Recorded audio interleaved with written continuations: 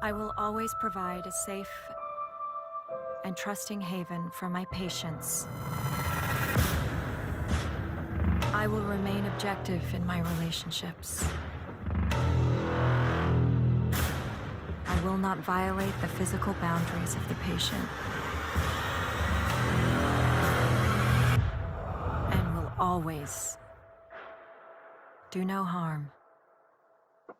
Hey everybody, so I was wanting to do another video, and then this one's going to be on the TV show that I watched once upon a time. I'm gonna look up the name and throw it up top of my head because I don't remember. Something I think about falling down the rabbit hole. But it was a really interesting TV show, and I think it's a good picture of like lower sensing in a person. So, because I don't think this has to be limited to just INJs.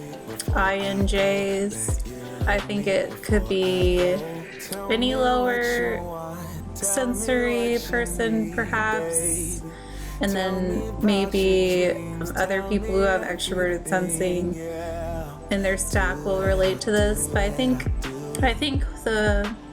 what sticks out about it for INJs is that it's not their normal mode of being, so it seems very uncharacteristic.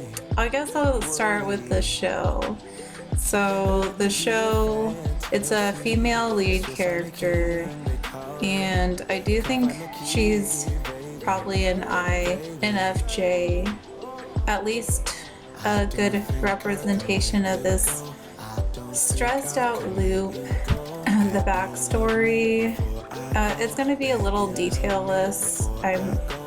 I'm sorry about that. So yeah, she's a psychologist, and basically it kind of the episodes walk you through her life, which is she is very much involved with her patients. Yeah, so she pretty much just gets really involved with them, which can be normal to some degree for a psychologist, I imagine. I mean, I do think having a relatable or caring personality is good, having empathy, but I think she goes further than most people, and she starts kind of, I think because of the staleness in her own life, it's very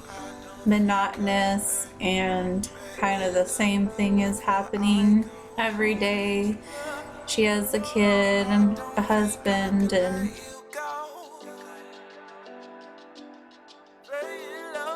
I think things just had gotten a little too comfortable, and there was no movement and there was no progression.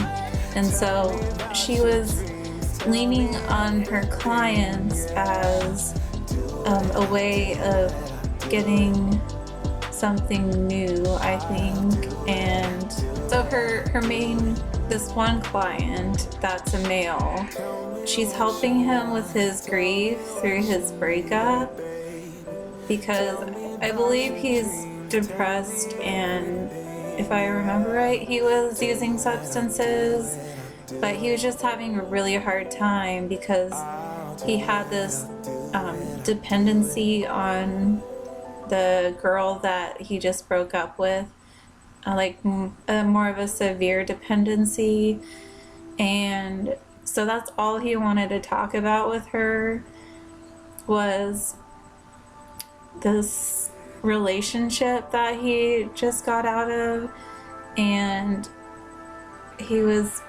the way he described her and the way she made him feel, I think intrigued this woman as far as it was just so captivating to him. Like, he described this woman as kind of like extraordinary.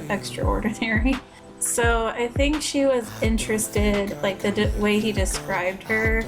So at any rate, I think she takes the steps to go out and go to where this girl works. So where the guy's ex-girlfriend worked at a coffee shop. And I think she was curious to meet this woman that, you know, he was so broken up over, and like had this magical quality, or this exciting quality. So she goes to the shop and she sees this woman, and I do think that she had some type of draw to her, not just because of what the guy said. Yeah, this lady just like starts just sticking in her mind, and that's what she starts thinking about all the time, is this woman.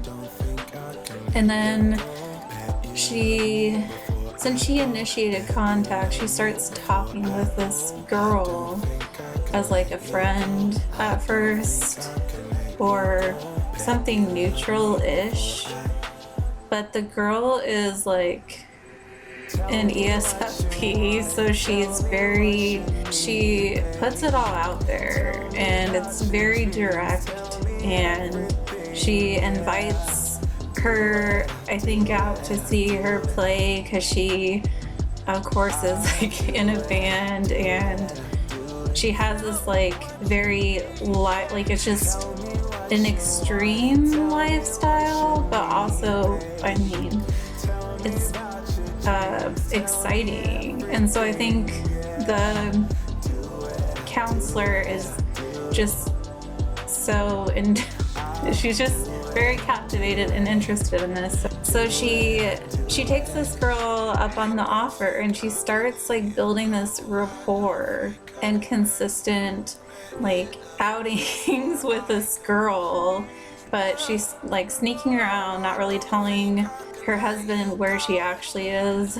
She tells him she's with a friend, when really she's like out at some rave or club that's in the warehouse district, like just kind of this more dangerous-esque, like danger lifestyle.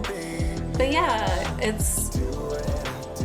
I can relate to that it's a lot of fun. It brings you back to life, and you don't feel like dead anymore. But so yeah, she does end up getting more intimate with this girl, but I think the point I'm getting at is really just this uncharacteristic sensory indulgence, because it wasn't her normal thing. I think she's a very goal-oriented, disciplined woman, probably. And I think that's the thing, is like the INJ type, people with that lower, they're not going to be living that all the time. And so that's the appeal of people bringing them out and pulling them out into that, is they really enjoy that occasionally.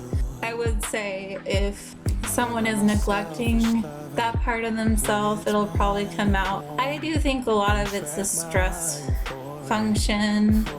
Like, I don't know, I tend to do stuff like that when I go through something that is stressful to me emotionally, whether it be like a breakup or triggers, thrilling activities, especially with the mood. I mean, they were in a club environment in the TV show, and being in this high energized,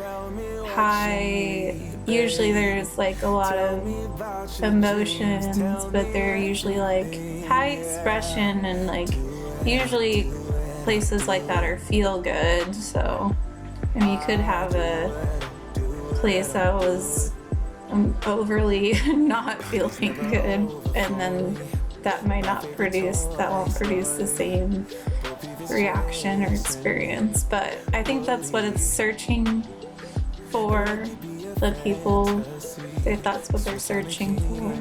And I don't really know if I have anything else to say on her, because like I said, I don't have the details.